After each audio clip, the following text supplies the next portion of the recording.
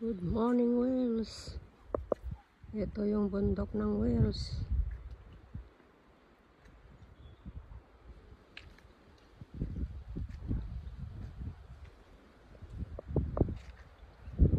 Last day ko na ngayon dito, kabayan. Babalik na ako sa Southport. Yung dati kong trabaho doon.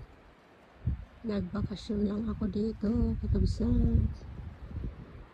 Kaya yan, balik sa trabaho kasi uwi na yung mga amo ko sa Friday yung anak niya, Saturday yung amo ko. Kaya balik kuskus doon sa Southport. Magkuskus ako doon. Kuskus dito, kuskus doon. Ganito talaga ang buhay ng OFW, kakabsat. Magkuskus para kumita ng pera.